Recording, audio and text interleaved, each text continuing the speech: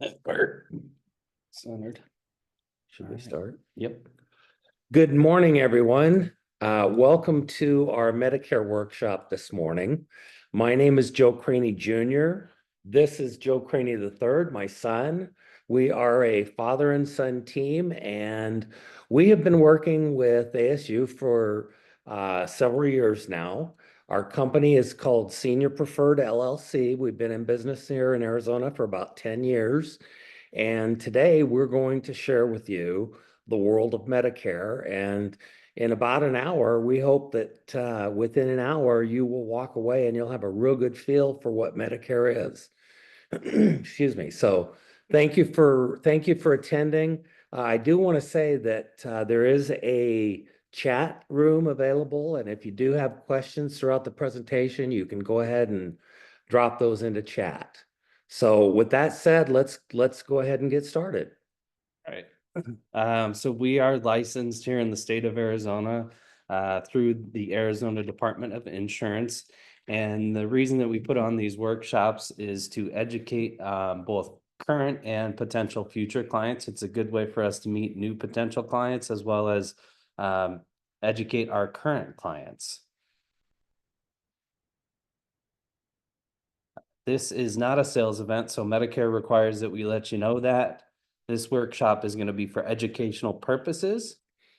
Medicare is not going to allow us to discuss any company-specific benefits, but we are going to give you enough information so that you understand the different types of plans that are going to be available to you once you decide you want to go on to Medicare. What we are going to cover today is what is Medicare and who's eligible to receive it. We'll talk about how to enroll in Medicare. We will discuss several of the different Medicare election periods, 3 of them specifically. We'll discuss the parts of Medicare and how those individual parts work. We'll discuss the cost involved with Medicare. Unfortunately, it's not going to be free to you. You're still going to have some out-of-pocket costs and premiums. We'll go over the different coverage and benefit options that are going to be available to you. Medicare is not going to be one size fits all, so you are going to have some options, and we'll discuss those. We'll help you avoid late enrollment penalties, which is really easy to do as long as you have things set up properly. And then lastly, we're going to go over a few things that Medicare unfortunately does not cover. Okay, so let's jump right in and let's talk about what is Medicare. Medicare is a federal health insurance program for individuals aged 65 and older, also for some individuals under 65 with certain disabilities. Medicare is run by CMS, the Center for Medicare and Medicaid Services. This is going to be the agency that runs Medicare. Social Security you will have contact with, because Social Security is where you actually go in to sign up for your Medicare and you submit applications. Okay, biggest question we get, do I have to use Medicare? The answer to that question is no, you do not have to use Medicare. There are going to be certain circumstances where you're going to have some other options available to you. The most common option that you're going to run into is you or your spouse plans to continue working and you have access to health care through an employer plan. So you do not have to take Medicare, and we're going to talk about what the different options are going to be. Most individuals that are in this situation that are going to continue working, I want to make a statement here that's going to be very important. If you're going to continue working, we recommend at age 65 that you still go ahead and enroll in Medicare Part A. And we're going to talk more about that, okay? Some employers are going to offer you retiree health care benefits, so you need to be aware of that. If you are in a situation where you can either go on to Medicare or you can stay with your own plan, we suggest that you do a side-by-side comparison and compare all of the benefits and premiums on these plans to find out which option is going to be best for you if you have a choice. That is something that at Senior Preferred, we definitely assist you with when you're comparing your options. Okay. How to enroll in Medicare? If you are drawing Social Security at age 65, that's if you are drawing Social Security, you're automatically enrolled in Medicare Part A and B. You'll receive your Medicare card in the mail 3 months prior to your Medicare start date. If you are not drawing Social Security, you must enroll. You are required to enroll in Medicare Part A and B when you're not drawing your Social Security. So if you're drawing Social Security, it's automatic. If you're not, you do have to enroll. I want to go back here. There are 3 main ways to enroll, and that is through Social Security, online, in person, or over the phone. Online's the easiest way to do it. Yep, definitely. All right, so let's talk about Medicare election periods. There are going to be 3 main Medicare election periods that we're going to discuss. And the first one is called your ICEP, your initial coverage election period. And this is simply when you're turning 65 and you're first eligible to receive Medicare. So this is actually going to be a 7-month period. So it's going to be the 3 months prior to your birth month, and then the 3 months afterwards. And during this 7-month period, you have what we refer to, or what we call, guaranteed issue rights. And simply what that means is that there is no medical underwriting. So if you have pre-existing conditions, they have to be covered. You can go out and you can pick the company and you can pick the specific plan of your choice with no questions asked. They have to accept your application. Basically, and this is a Joe and Joe term. We call it your sort of your golden ticket, because you can go out and you can pick the plan of your choosing with no questions asked. Now, once this 7-month period is over, let's say I wait until 4 months after my birth month, I no longer have those guaranteed issue rights.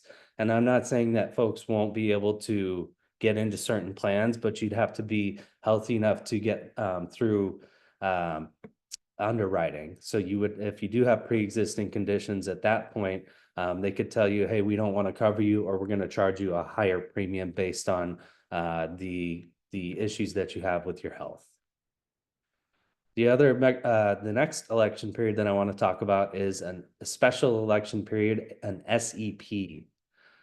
You can qualify for a special election period if you experience a life qualifying event, and you can enroll in a plan after your initial coverage election period is over and still maintain those guaranteed issue rights. So let me give you an example of that. And Joe already talked about it. You want to continue working past age 65 and you have healthcare available to you. You can maintain that golden ticket and your guaranteed issue rights as long as you maintain your health coverage from the date that you sign up until the date that you decide to go on to Medicare. So for example, let's say I have the option to either go on to Medicare when I turn 65, or I have a healthcare plan that's available to me.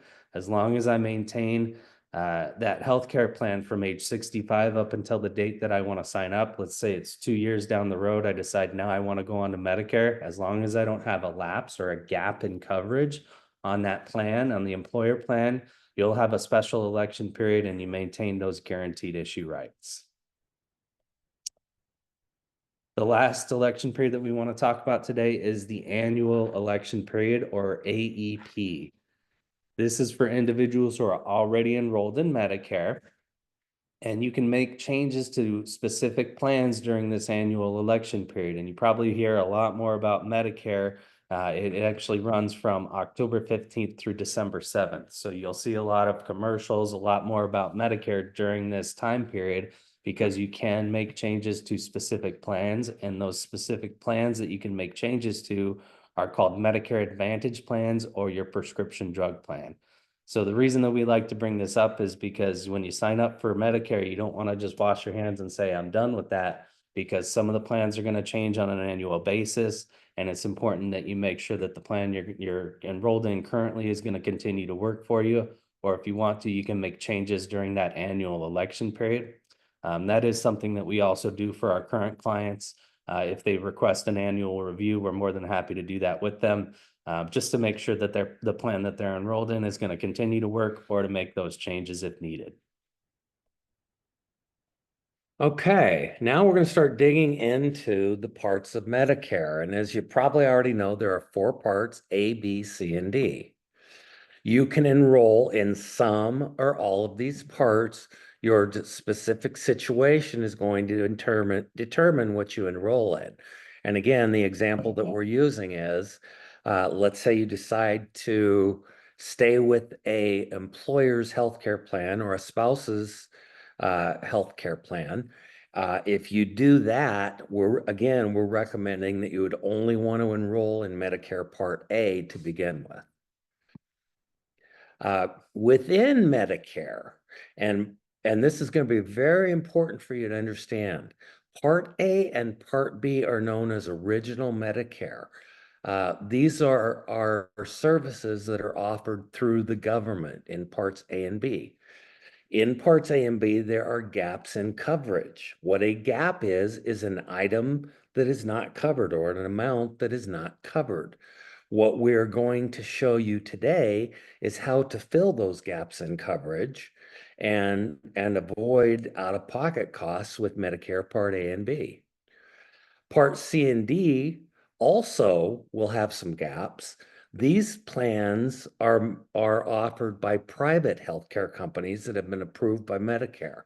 So as we're going to talk more in detail about all of these parts, but just keep in mind that A and B are going to be the government, and C and D are going to be private healthcare companies. Okay, we're going to start with Medicare Part A. That is going to be your hospital insurance. It covers basically inpatient hospital stays, and that's about it. It covers some skilled nursing, some hospice care, and home health care.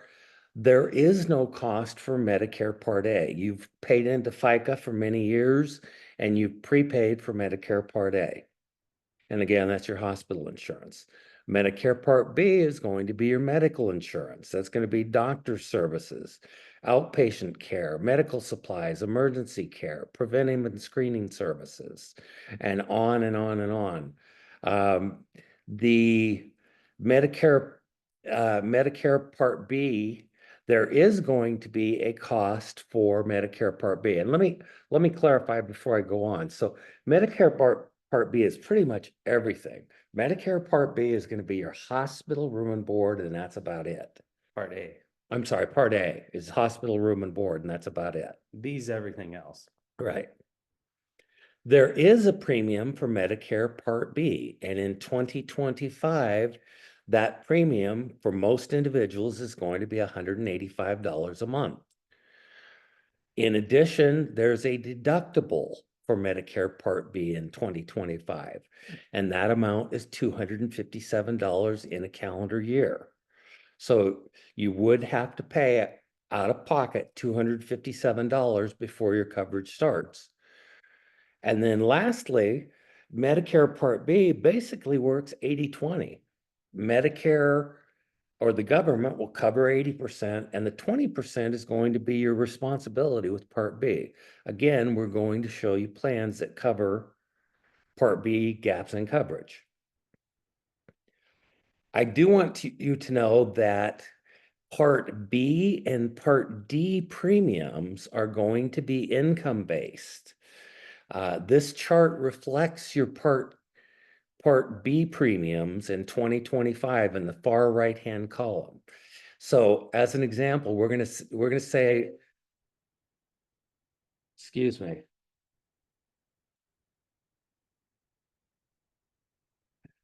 So as an example, we are going to look at the filed married and separate tax return column, which is the third on the right.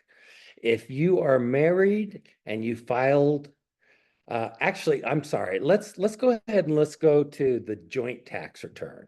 That's the second column. If you file a joint tax return and you have reported less than $212,000, you're going to pay the $185 standard premium. Anything above that that you report, as you can see, the premium is going to go up. Okay, let's now jump into and let's start talking about Medicare Part C. These are going to be Medicare Advantage plans. These plans are private plans offered to you by private companies and approved by the government, by Medicare, and they're going to provide you with your Part A and Part B benefits.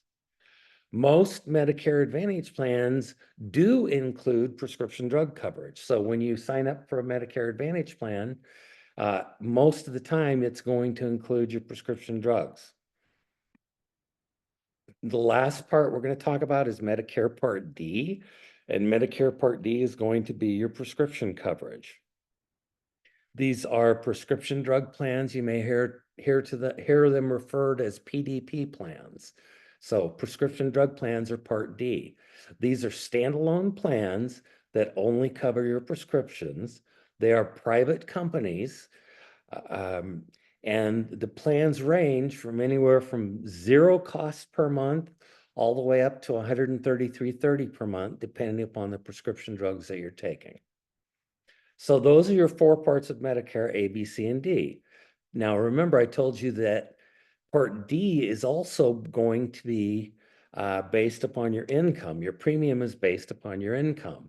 So if you look at the second column, the file joint tax return column, again, if you made reported $212,000 or less, you're going to pay the basic premium. Anything over that amount, as you can see in the far right-hand column, you would add that to your premium based upon your income.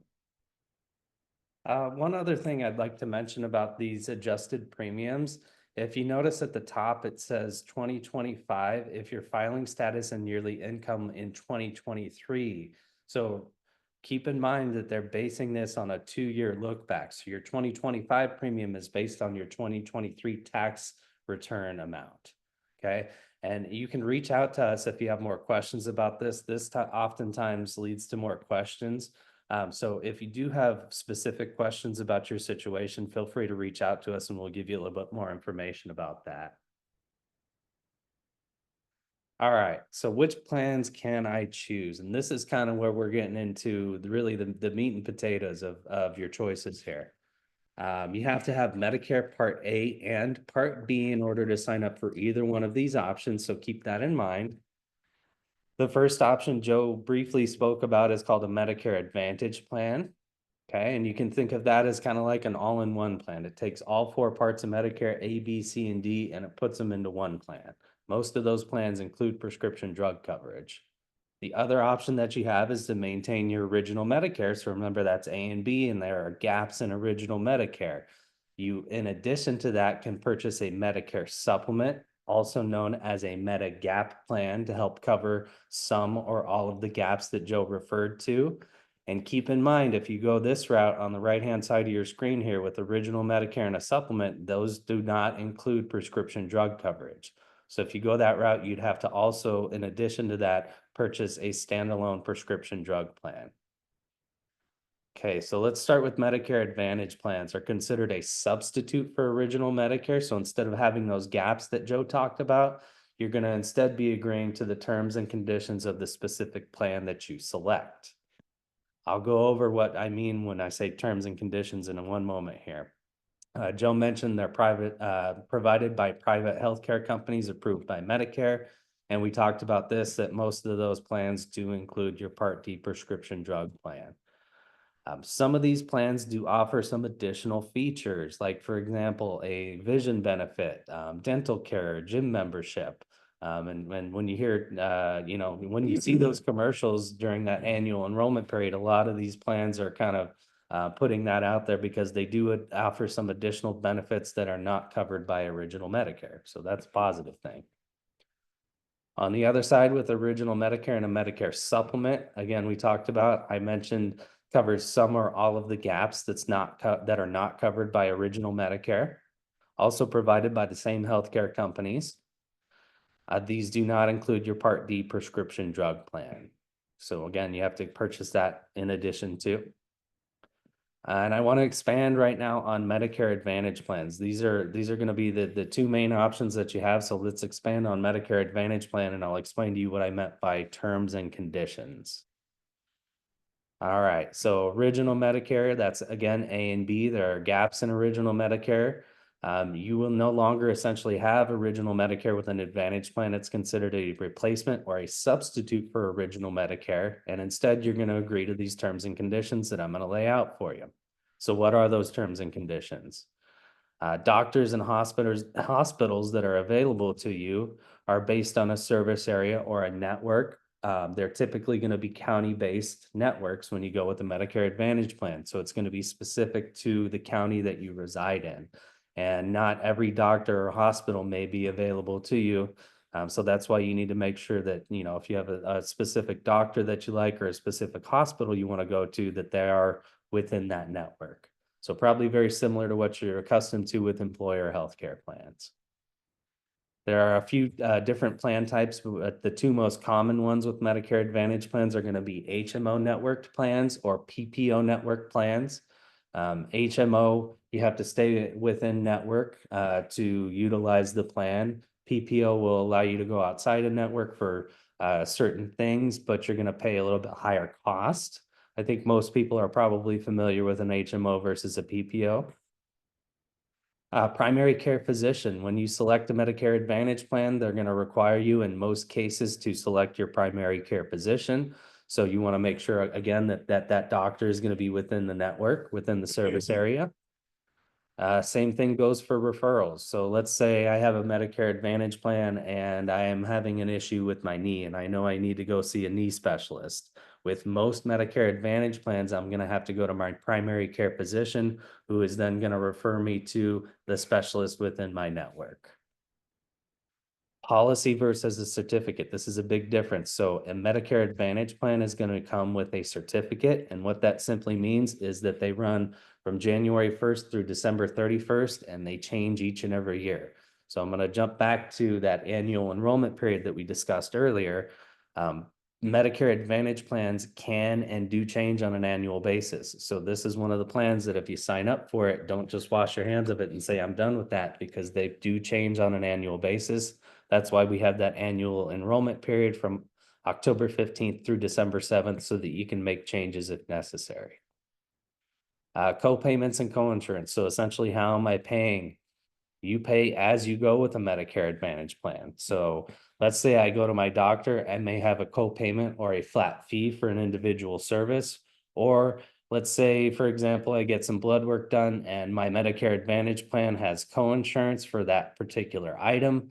I may pay, for example, if it's 80-20, the company pays for 80%, I pay 20%, and that's what co-insurance means. So simply put, Medicare Advantage plans are typically going to be cheaper to own, but you pay for them as you use them, depending on the services that you're getting done throughout the year.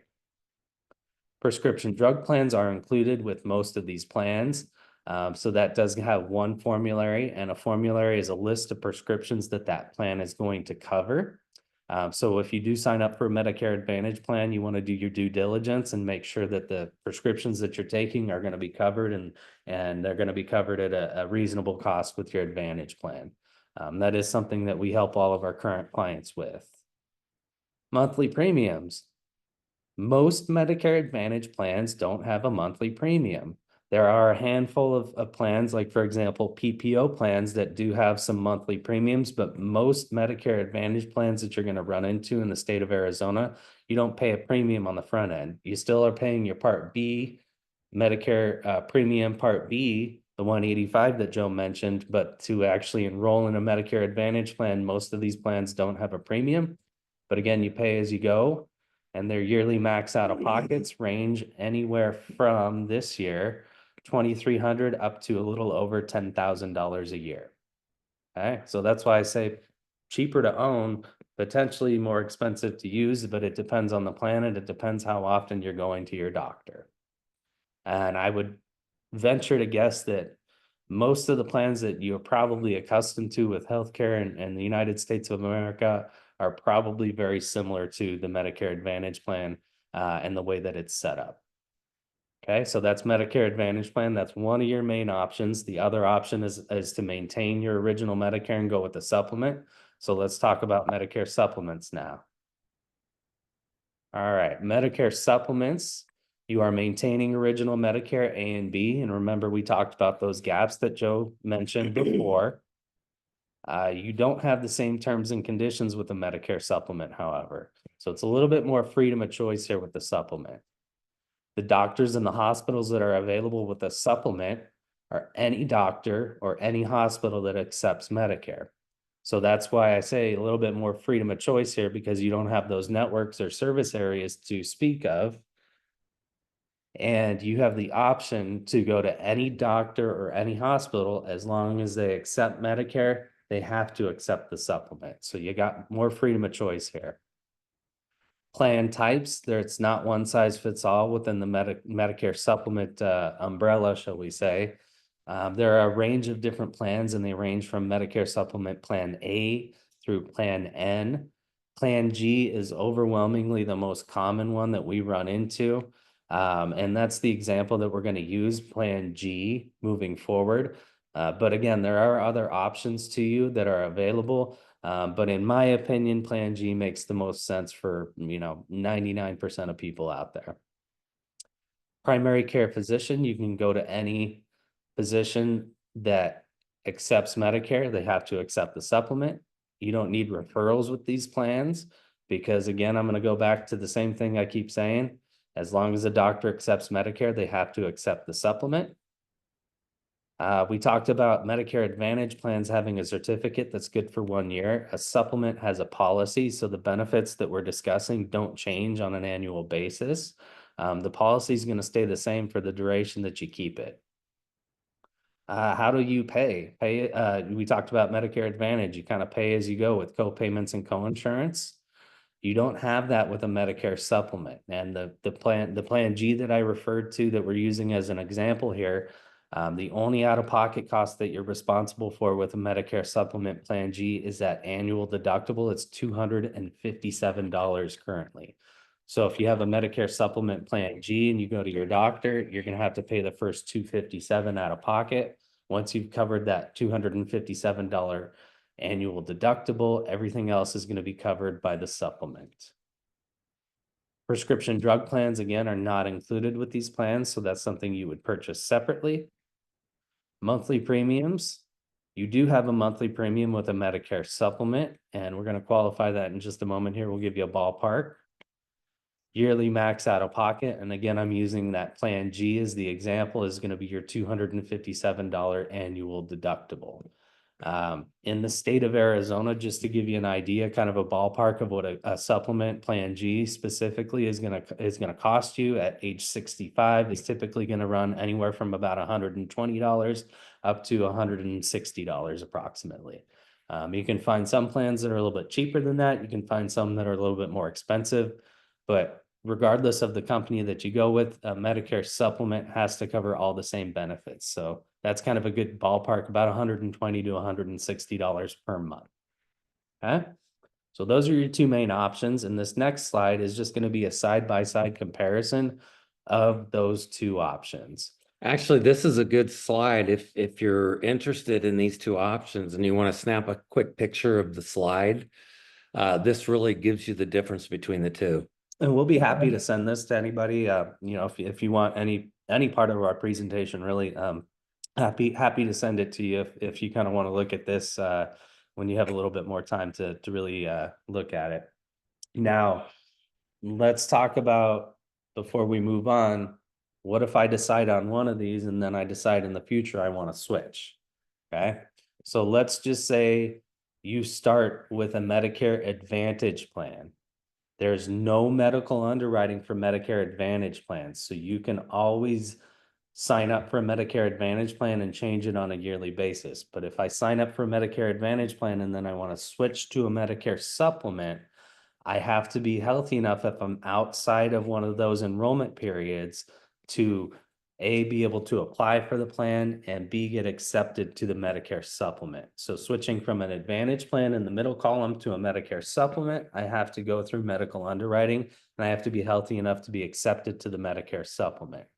Now, if I do have some pre-existing conditions at that point, that Medicare supplement company could say, you've got, XYZ going on with your health history, so we'll accept you, but we're going to charge you an adjusted or a higher premium than the average. Now, let's say you start on the right-hand column with a Medicare supplement and you want to switch to a Medicare Advantage plan. You can do that with no medical underwriting. Switching from a supplement to an Advantage plan is easy, but you have to do it during that annual enrollment period. So if you're kind of on the fence here, I don't know if that necessarily makes a difference for some people. It may or may not. It may not even affect you. But I think it's important for you to understand how those plans, how switching those plans can potentially affect you in the future. Should we hit chat? No, we'll get those. Okay. I noticed we got some questions popping up in the chat. We're gonna save those for the end and then come back to those. So I do see we have some questions, but we're gonna get to those, I promise you. Okay, let's real quickly talk about what's not covered by Medicare. Most dental care, eye exams related to prescribing glasses, hearing aids and exams for fitting them, dentures, cosmetic surgery, acupuncture, routine foot care, and long-term care. Medicare does a pretty amazing job of covering a huge list of items. However, these particular items they don't carry or they don't cover. I do want to point out long-term care specifically. If you're under the impression that a Medicare supplement is a long-term care plan, it's not. So don't be under that assumption. Long-term care, if you're interested in it, would be a totally separate plan. Okay. Joe's going to talk a little bit about late enrollment penalties. So if you don't sign up when you're first eligible, there are lifelong penalties. These are really easy to avoid, so I don't want to get into the weeds on this. And as long as you've set things up properly and we can educate you on how that works, as long as you have set things up properly when you first enroll, you're not going to have these penalties. But if you waited until after your initial election period, you could be responsible for some lifelong penalties. But again, don't want to get lost in these because they're really, really easy to avoid as long as you set things up properly in the first place. And we will be happy to assist you to make sure you don't have these penalties. And if you're sitting here going, well, what happens if I stay enrolled on an employer plan? As long as you keep that coverage, these penalties will not affect you. It's only if you are eligible to sign up and you don't do anything, essentially.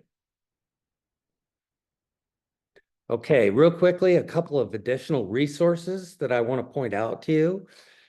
There is a publication put out by CMS. It's called Medicare and You 2025. This publication is available to you in a hard copy, or you can download it online. If you go to medicare.gov or just type into Google Medicare and You 2025, you'll easily find this publication, and it's a good resource manual for your Medicare. The other source of information is medicare.gov, and these are the two main sources that we use on a day in and day out basis. And one other thing on Medicare and You 2025, once you're enrolled in the parts of Medicare, they're going to actually send that to you, a physical copy in your mailbox each and every year. But if you're not 65 yet, they're not going to send it to you, but it is available to you. Really easy to find, just the Google search.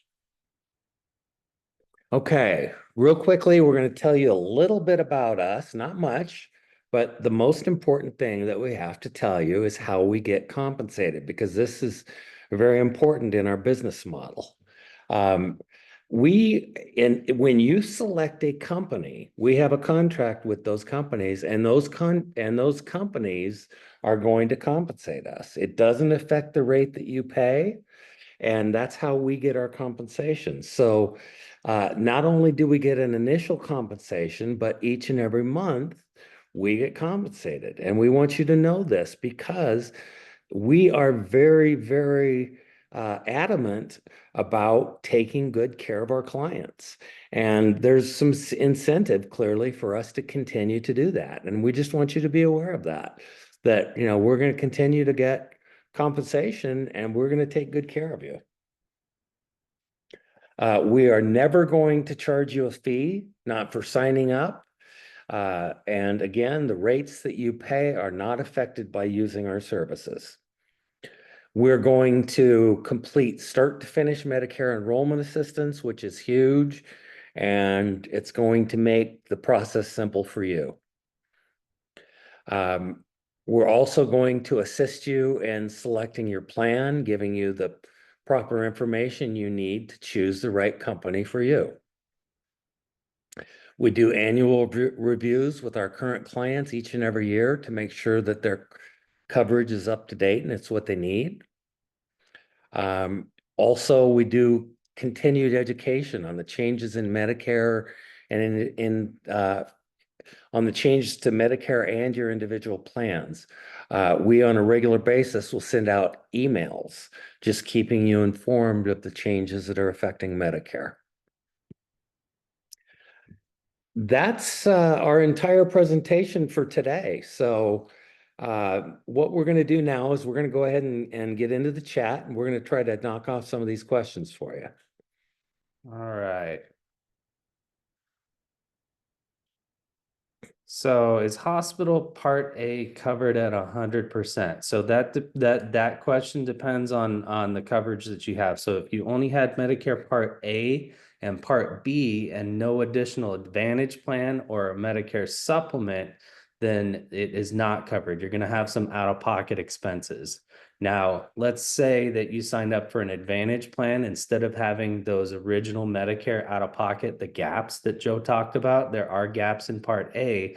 Your Advantage plan is going to have some specific out-of-pocket costs, and all those Advantage plans vary on how much that of that Part A hospital event is covered. Medicare supplement is going to cover 100% of your out-of-pocket costs at the hospital. And again, I'm using that example of Plan G. So to summarize, with Part A hospital, if you're in an Advantage plan, you are going to pay a daily allowance. If you're in a Medicare supplement, Part A is going to be covered at 100%. Yep. Total or adjusted gross income. I believe it's adjusted gross income when we're talking about referring to IRMA in-care income related Medicare adjusted amount. Sorry, it took me a second there. It is based on your adjusted gross income, and keep in mind they're doing a 2-year look back when they look at that. To be specific, it's based upon your MAGI, if you're familiar with accounting terms. All right.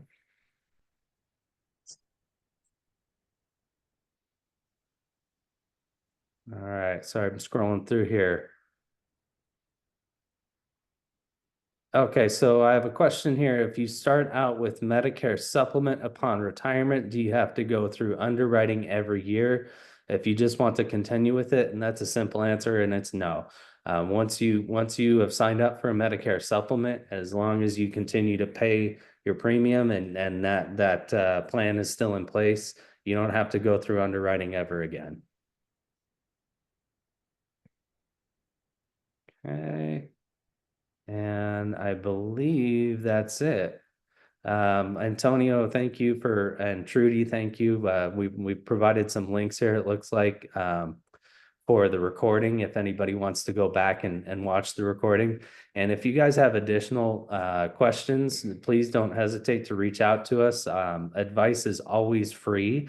Even if you decide you don't want to work with us and you have other better options, we run into that all the time. But don't hesitate to give us a call or to email us if you have specific questions about your situation. We'll be happy to sit down with you one-on-one, or even just get on the phone with you, or do it via email. So if anybody out there does have additional questions, please don't hesitate to reach out to us. We love our clients, and we especially love our ASU clients. So if there's any way we can help you, we're here for that. I don't want to be rude, but I'm going to step on you guys for a minute. Oh, This is Trudy. Trudy Perez, and I have been working with these gentlemen for years now. They've been presenting for ASU forever. Joe the third is an ASU alum, so we always love to work with our alums. I just want to tell you that these guys have made such a difference. For those that you do not know, they did help me retire in November of 2024, and my life has been so easy because they helped me plan starting about 4 or 5 years ago on what was going to be best for my special needs, because I do have very expensive medications. I do have doctors that I will need to see for the rest of my life who are not necessarily part of the Medicare package. And they have given me such a plan and given me such a peace of mind. Any question is not stupid to them. They have always treated me with respect and honor. And you guys that know me know that I'm pretty wacky sometimes and I can be off the wall. But I'm telling you, I trust these men so much, and all of our presenters. So Joe, thank you again for all you do for us and for reaching out to the ASU families. We Thank are you. we are truly honored. Yeah, Trudy, I appreciate that, and I appreciate you. You have been a joy to work with, actually. So, Did you hear that, friends? I'm a joy. That's right. Most of the people on this call won't say that, but a few might. Thank you very much, gentlemen. If you'd like to sign off, that's fine. I want to update them on the next coming events, and we'll see Joe again, June 10th, June 19th. 30th, I think it is. Oh, June 30th, right. We I tried to think. make it after all the individual activities on campus and everything. So we'll see them again on June 30th. So bring your friends along, and the sites that we enlisted, you can see anything. I think we have about 3.5 to 4 years recordings on these programs.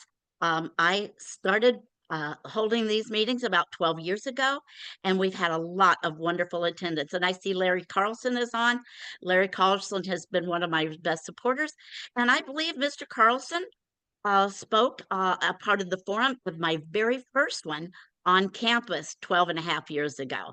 So that's what this is all about, staying connected. The ASU Retirees Association offer you so much. You can visit. I've belonged for several years. So just don't wait till the last minute. All right. In February, we're going to have Social Security. And Jack always brings wonderful things. And we wanted to do Medicare and Social Security the first of the year so that it was fresh, and after the holidays, and we could get redirected. It's sort of like New Year resolution type thing. And then, of course, March is ASRS. That's the ASU, the state retiree group that will present. And then, of course, our favorites, our team from ASU in April, the Office of Human Resources, and they always answer those little questions about holiday and vacation and sick time and things like that. So you will walk away with a lot of information there. In May, we're looking at a financial presentation. We haven't locked that in yet, but I believe that's the way we're going. And then, of course, we'll see the guys again in June.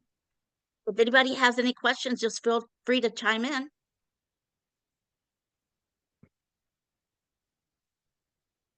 Oh, thank you. We've gotten a lot of nice thank yous. So everyone, have a great week, and we will see you again February 24th. Be nice to your Valentines. Thanks, Bye. everybody. Thank you. Have a great day, everyone. Antonio, a special thank you to Antonio and Bayan, who make this rock every year, every month, and keep us all informed. Way to go, Thank Antonio. you. Thanks, guys. Awesome.